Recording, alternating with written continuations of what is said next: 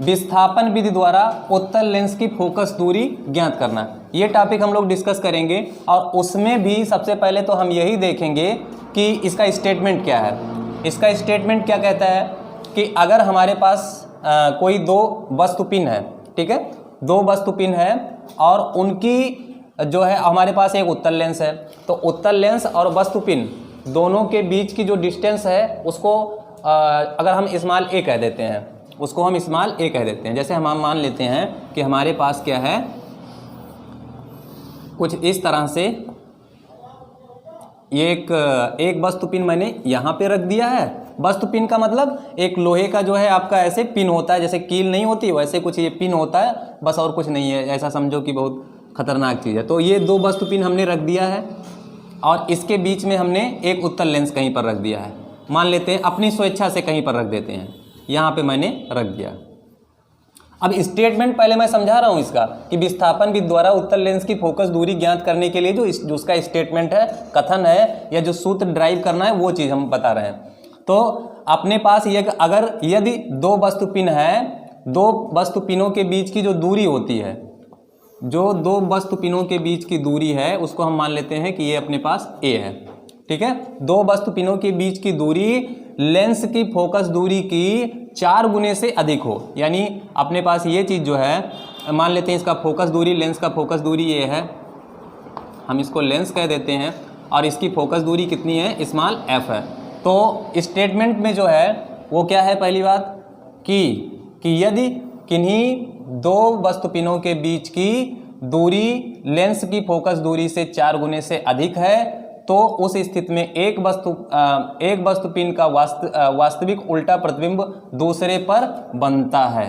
मतलब इसका वास्तविक उल्टा प्रतिबिंब दूसरे ही वस्तु पर बनेगा। तो ये स्टेटमेंट कहता है, मान लेते हैं दोनों वस्तुपिनों के बीच की दूरी a है और लेंस की फोकस दूरी f है, तो अपने पास क्या हो जाएगी, a इज ग्रेटर देन होना चाहिए 4f,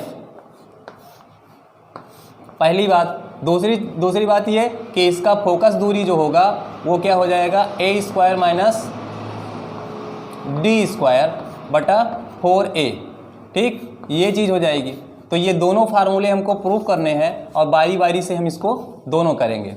यहाँ पर जो d है, d से परेशान मत होइए, लेंस की दो स्थितियों में ऐसी हमें कंडीशन मिलेगी जहाँ पर वास्तविक उल्टा प्रतिबिंब बनेगा, और कहाँ पर बनेगा, दूसरी वस्तु पर बनेगा। मतलब समझ पाए, मतलब ये हुआ कि जैसे हम इस वस्तु को हमने इस लेंस के सामने रखा तो हमें क्या होगा कि इसका वास्तविक उल्टा प्रतिबिंब एक प्राप्त होगा। कैसे प्राप्त होगा, यहाँ से प्रकाश की किरण चलाएंगे, एक यहाँ से लेंस से चलाएं देंगे, ऐसे ये ऐसे चलेगी और ये फोकस से होकर जाएगी, तो कुछ इस तरह से, और उसके बाद में एक यहाँ से चला देंगे तो ये दोनों इंटरसेक्ट करेंगे जिस बिंदु पर, वहीं पर क्या बन जाएगा, आपका वास्तविक उल्टा प्रतिबिंब बन जाएगा। बात समझ रहे हैं, तो ये चीज़ हो जाएगी। अब जो है हमें समझने की क्या ज़रूरत है, यही इसका स्टेटमेंट ही बहुत मायने रखता है। स्टेटमेंट आपको समझ में आ गया तो सारी चीज़ आपकी क्लियर हो जाएंगी। देखें, तो पहली बात हमारे पास क्या होना चाहिए कि जो दो वस्तुपिन है, उन दोनों के बीच की जो डिस्टेंस होनी चाहिए वो लेंस की फोकस दूरी की 4 गुने से अधिक होनी चाहिए। और अगर ऐसा है तो उस स्थिति में उन दोनों वस्तुपिनों के बीच में लेंस की दो स्थितियों में ऐसी कंडीशन मिलेगी, ऐसी स्थितियां मिलेंगी जब वस्तु का वास्तविक और उल्टा प्रतिबिंब बनेगा। दो स्थितियां मिलेगी, एक स्थिति मान लो ये L1 है तो दूसरी स्थिति एक और मिलेगी जहां पर वास्तविक उल्टा प्रतिबिंब दूसरी वस्तु पर ही बनेगा। मतलब कहने का, जैसे एक हमने यहाँ पे वस्तु रख दिया और दूसरा मैंने इधर एक पिन रख दिया, तो इसका जो प्रतिबिंब बनेगा, इसका प्रतिबिंब वास्तविक उल्टा और दूसरी वस्तु पर ही बनेगा। देखिए इस तरह से, ऐसे वास्तविक उल्टा और दूसरी वस्तु पर ही बनेगा, यहाँ नहीं बनेगा, यहाँ नहीं बनेगा। कहाँ पर बनेगा, जहाँ पर वस्तु है उसके नीचे बनेगा। यानी यही तो कहते हैं कि वस्तु पर ही बनेगा। और ये दो स्थितियाँ होंगी, एक स्थिति L1 कह दिया, दूसरी स्थिति क्या हो जाएगी, L2 हो जाएगी। तो ये चीज़ है। अब सबसे पहले हम ये प्रूव करने वाले हैं ये चीज़ कि अच्छा, अब एक चीज़ और देखो, जो मैंने D के विषय में बात किया था, वो D जो है लेंस की इन्हीं दो स्थितियों के बीच की डिस्टेंस है। यानी ये दूरी वो D होती है, जो पहली स्थिति में जो लेंस है रखा है और दूसरी स्थिति में जहाँ पे लेंस रखा है। ये दो लेंस नहीं है, लेंस एक ही है। इन दोनों वस्तुपिनों के बीच में ये आपका वस्तु है और ये आपका दूसरी वस्तु मतलब दूसरी पिन रखी गई है और ये आपका प्रतिबिंब बन रहा है। समझ रहे हो? तो ये चीज़ है। अब पहला हम ये जब प्रूव करने जा रहे हैं तो देखिए कैसे करते हैं। हम जानते हैं, पहले मैं क्या प्रूव करने जा रहा हूँ कि जो दोनों वस्तु पिन है या दोनों पिन है, दोनों पिन के बीच की दूरी क्या होनी चाहिए? लेंस की फोकस दूरी से 4 गुने से अधिक होनी चाहिए। ये मैं सिद्ध करने जा रहा हूँ। तो हम कहेंगे, हम जानते हैं भैया, क्या जानते हैं?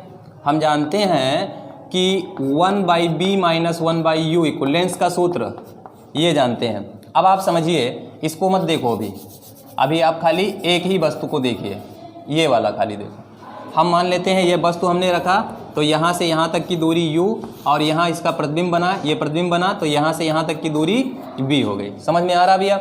अब तो लेंस के लिए अपने पास ये सूत्र होता है। अब हम इसी में, अगर इसी वस्तु के लिए देखो, लेंस में जब हम हमेशा कोई भी वैल्यू रखते हैं, u का वैल्यू रखते हैं, v का वैल्यू रखते हैं, f का वैल्यू रखते हैं, तो क्या करते हैं? चिन्ह परिपाटी के अनुसार रखते हैं ना। तो हमारे पास वस्तु, मैंने कहा है कि वस्तु हमारी कितनी दूरी पर रखी है? u पर रखा है, और प्रतिबिंब कितनी दूरी पर बन रहा है? v पर बन रहा है। तो हम इसी सूत्र में ऐसे रखेंगे। हम कहेंगे तो वस्तु क्या होता है? उत्तल लेंस के लिए u क्या होता है? नेगेटिव होता है। तो हमारा यहाँ पे हो जाएगा 1/b। अब ऐसे लिख देते हैं, u जो होता है नेगेटिव होता है और b और f दोनों क्या होते हैं? पॉजिटिव होते हैं। तो अपने पास ये हो जाएगा 1/b, और 1/b माइनस 1/u की जगह पे क्या हो जाएगा? -u ले लेंगे और इक्वल टू 1/f। तो अपने पास कुल मिला के मिल जाएगा 1/b plus minus minus plus 1/u equal to 1/f। बात समझ रहे हो भैया? तो अब इसको हम इरेज कर दे रहे हैं।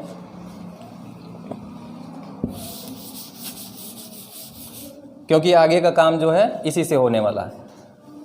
तो अगर इतनी चीज़ समझ में आ गई, अब देखिए क्या करते हैं, इसका हम इधर गुणा कर लेते हैं। तो अपने पास मिल जाएगा u प्लस b और बटा ub बराबर 1/f। इसको उधर ट्रांसफ़र कर दीजिए, तो u plus b equal to ub बटा f। ठीक। अब हम फिर क्या करते हैं? दोनों पक्षों का वर्ग कर देते हैं। दोनों पक्षों का वर्ग करने पर, तो वर्ग कर देंगे तो क्या हो जाएगा? u प्लस b का होल स्क्वायर। देखिए मैथमेटिकल कैलकुलेशन है, खाली स्टेप ध्यान रखना कि करना क्या रहता है हर बार, बाकी एकदम आसान है। ठीक। तो u प्लस b का होल स्क्वायर और ये हो जाएगा इसका स्क्वायर। ठीक है।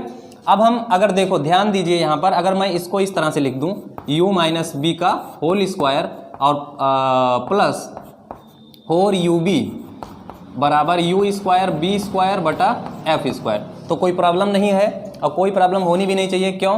क्योंकि देखिए जब मैं इसको खोलूँगा, u square plus b square और प्लस 2ab मिलेगा हमको, प्लस 2 सॉरी यहाँ पे माइनस 2ab मिलेगा, है ना। और यहाँ पर 4ub मैंने लिखा है, तो 4ub में से 2ub घट जाएगा, तो बचेगा कितना? 2ub बचेगा। और वो वाला जो प्लस 2ub रहेगा वो मिल करके बना देगा u प्लस b का होल स्क्वायर। तो इस तरह से ये भी हम इसको ये भी लिख सकते हैं। तो अब फिर हम आगे का काम और आसान हो जाएगा। देखिए f स्क्वायर से दोनों में मल्टीप्लाई कर देते हैं, इसको इधर भेज देते हैं, तो अपने पास हो जाएगा u माइनस b का whole square f square plus 4ub f square बराबर u स्क्वायर b स्क्वायर। ठीक, कुछ इस तरह से हो जाएगा। अब आप देखिए, तो अगर हम इस लाइन को देखें, तो ये लाइन के बारे में मैं अगर कहूँ तो आप भी इससे सहमत होंगे कि u माइनस b का whole square f square is always positive. Always positive, या आप ऐसे कह सकते हो ऑलवेज पॉजिटिव या 0 से बड़ा। कैसे? दोनों पर क्या लगा हुआ है? स्क्वायर। कभी भी किसी संख्या पे अगर स्क्वायर लगा हुआ है तो वो नेगेटिव हो ही नहीं सकता है, वो नेगेटिव कभी नहीं हो सकता है। बात समझ रहे हो ना? तो इस चीज़ का आप ध्यान रखिए। तो ये नेगेटिव अगर कभी नहीं हो सकता है तो इसका मतलब ये हुआ कि ये ऑलवेज पॉजिटिव है। और अब यहाँ पे इससे पहले हम इसको ये वाले टर्म को उधर भेज देते हैं, ताकि अपना जो है u माइनस b का होल स्क्वायर f स्क्वायर बराबर हो जाए u square b square minus 4ub f square. ठीक, ये लाइन इस तरह से लिखने के बाद में अब हम कहें इस लाइन को अगर देखें तो अपना क्या है? ये पॉजिटिव है। और अगर राइट हैंड पॉजिटिव है तो निश्चित तौर पे दोनों के बीच में इक्वलिटी का साइन लगा हुआ है, तो लेफ्ट हैंड साइड अगर पॉजिटिव है तो राइट हैंड साइड भी क्या होगा? पॉजिटिव होगा। इस तरह से हम ये भी कह सकते हैं u स्क्वायर वी स्क्वायर और माइनस 4 UV F स्क्वायर, ये भी क्या होगा, पॉजिटिव होगा, अर्थात 0 से बड़ा होगा। अब इसको उधर ट्रांसफर कर देते हैं, तो U स्क्वायर V स्क्वायर बड़ा होगा किससे भैया, ये हो जाएगा 4 UV F स्क्वायर से, ठीक है ना, इसको उधर भेज दिए। तो अब आप देखिए यहाँ पर अपने पास कुछ इस तरह से मिल जाता है। अब आप इस लाइन पे आ जाओ, इसको कुछ काट दिए, देखिए कुछ कट रहा है ना, UV से UV कट गया, तो बचा क्या, UV is greater than 4F square से। आप आ जाइए किस लाइन पे, कहाँ गया भाई, इस लाइन पे आ जाओ। इस वाली लाइन पे अगर आ जाओ तो आप यहाँ पर देख रहे हो कि UV यहाँ से निकाल लो, UV बराबर क्या है, F times U plus B, है ना। इसी लाइन से हमको मिल गया UV की जगह पे F टाइम्स U, क्योंकि F इधर ट्रांसफर कर देंगे तो मल्टीप्लाई में हो जाएगा, F times U plus B। तो हम यहाँ पर रख सकते हैं F times U plus B is greater than 4F square.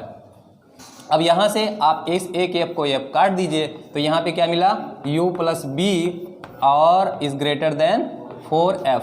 आप जानते हो जो मैंने लेंस की दूरी ली थी, मैंने कहा था कि कुछ इस तरह से समझिए, मैंने जब अभी चित्र बनाया था तो चित्र में मैंने लेंस की 2 स्थितियां ली थी, या आप ऐसे समझिए कि 2 वस्तुपिनों के बीच की मैंने दूरी को क्या कहा था, A कहा था, ऐसे कहा था, कैसे कहा था, ऐसे A कहा था। अब मान लो यहाँ पर मैंने लेंस रखा था, यहाँ पर अगर मैंने लेंस रखा था तो ये रही वस्तु, ये रहा वस्तु का दूरी U, और इस तरफ यहाँ पर कहीं पर इसके नीचे प्रतिबिंब बनता है, तो ये हो जाता है आपका B। तो देखो A बराबर क्या, U प्लस, देखो यहाँ से U बराबर, सॉरी ये A बराबर क्या हो जाएगा, U प्लस B। तो अपना जो ये U प्लस B आया है वो ये वास्तव में वस्तु की दूरी और प्रतिबिंब की दूरी का योग है, ठीक है।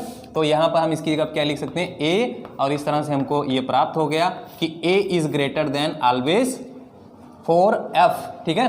तो ये मैंने पहला स्टेटमेंट प्रूव कर दिया। बात समझ में आया भैया, यानी जो दोनों वस्तुपिनों के बीच की दूरी होनी चाहिए वो लेंस की फोकस दूरी के 4 गुने से अधिक होना चाहिए, तभी ये चीज़ एप्लीकेबल हुआ, तभी ये सूत्र लगा पाओगे, नहीं तो नहीं, ठीक है।